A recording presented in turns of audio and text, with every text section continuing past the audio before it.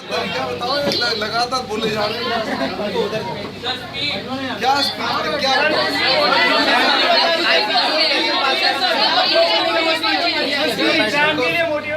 Sir motivation तो ये है कि आप लोग जितनी एनर्जी है आप में, रैंक यहीं से आने चाहिए और आप रैंक ला सकते हो। मतलब मैं ये बता सकता हूँ आपको ना, जो मुश्किल से मुश्किल कॉन्सेप्ट होता है सबसे पहले समझ में आता है जीपी को, सबसे पहले। बाकी सब तो गोल गोल घूमते रहते हैं, फिर से बार बार रिपीट आपको समझ में पहले आता है। लेकिन आपका ध्यान ज्यादा मोबाइल में रहता। बोलो हाँ। सबसे ज्यादा वीडियो गेम खेलते हैं क्लास में। ये बात गलत है। सही है, सही है। ब्रेक में नहीं खेलते हैं।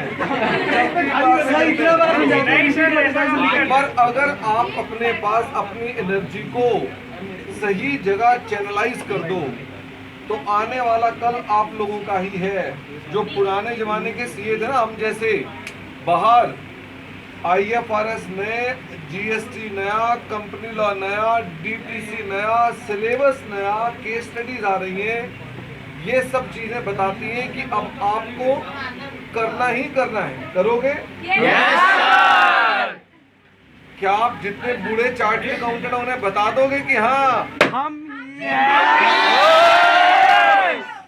उनको बड़ी दिक्कत होगी, पहले जो याद कर रखा है उसे भूलना पड़ेगा। और आपको कोई दिक्कत ही नहीं, पहली बार ही कर रहे हैं आप। बट आप अपने पास अप्लाइड एजुकेशन, अप्लाइड एजुकेशन का मतलब ये कि आपको, अगर मान लीजिए, ये मैं कल की घटना बता रहा हूँ, जो IRR निकालना है, आप एक्सेल पे IRR निकाल सकते हैं। IRR ये क्या चीज? Internal rate of return. Internal तो पता है। और मुझे ये बताओ, अगर मैं आपको एक्सेल पे निकालने के लिए दूंगा तो आप निकाल सकते हैं? नहीं निकाल सकते हैं। XIRR निकाल सकते हैं? झंझट में पड़ेंगे ही नहीं। MIRR निकाल सकते हैं? वो भी नहीं निकाल सकते। यहीं पे हमारी सिर्फ दिक्कत है कि हम जो पढ़ते हैं और जो इंडस्ट्री को चाहिए उनमें अंतर है। आपको क्या लगता है, सीए बनने के बाद जब आप जाएंगे मार्केट में तो IRR हाथ से निकालेंगे? किस पे निकालेंगे? एक्सेल पे। IRR आपको निकालना आ गया, जरूर अप्लाई करो। जैसे आप लोग, जो आप में से IPC के बच्चे हैं, दादा IPC के बच्चे, जो भी टॉपिक आपको पढ़ाया जाता है, जो भी AS पढ़ाया जाता है, उसको जरूर सोचना है कि इसकी रियल लाइफ एप्लीकेशन कैसे है। अगर मान लो मैंने IRR वर्ड ही बोला तो आपने ये सोचना है कि सर ने IRR निकलवाया, इसे मैं कंप्यूटर पे कैसे करूंगा। अगर हमने मान लो ब्रांच पढ़ाया तो आपने सोचना है ब्रांच की एप्लीकेशन रियल में कैसे होगी, किसी ब्रांच के बारे में सोचना है। इसे बोलते हैं अप्लाइड एजुकेशन।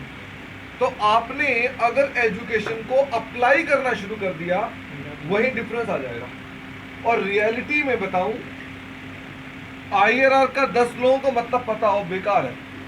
जिसे लैपटॉप में चलाना आ गया वो हमसे आगे निकल जाएगा।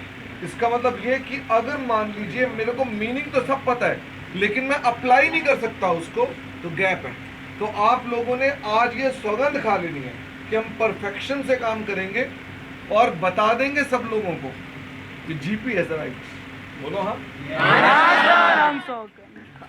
AS के रट्टे लगाने शुरू किए?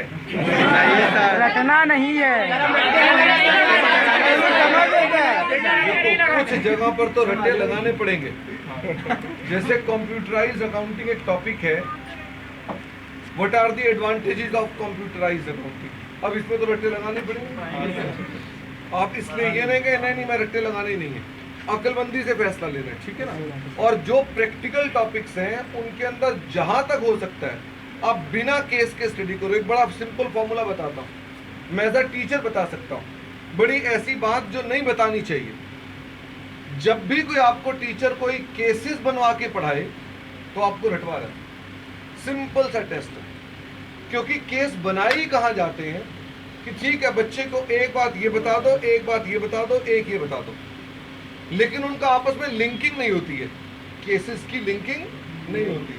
अगर आपने अपने पास जब भी कोई ऐसा केस बन रहा है तो आपने सिंपली सोचना है कि मेरे को केस तरीके से नहीं पढ़ना, मैं इन तीनों को होलिस्टिक तरीके से पढ़ूंगा, बस वहीं डिफरेंस आना शुरू हो जाएगा, वो हमारी अप्लाइड एजुकेशन हो जाएगी। ऐसा टाइम दूर नहीं है कि 50 नंबर का एक क्वेश्चन होगा, है 50 नंबर का एक क्वेश्चन, पता क्या आएगा उसके अंदर?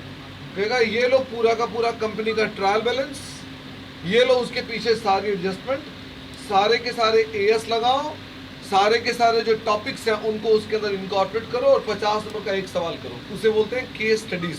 इस मार्च में ये अनाउंस होने वाला है। नए कोर्स में क्या आने वाला है? Case studies. नए ढंग से पढ़ना पड़ेगा, नए दौर में जाना पड़ेगा। और इंटरनेशनली भी ऐसे ही होता है।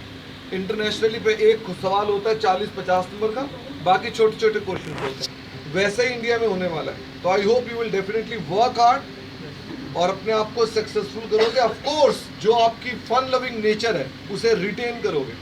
सबसे ज्यादा आप लोग जोशीले, चुलबुले, नटखट और नालायक नहीं है वैसे। सर आपके मुंह से नालायक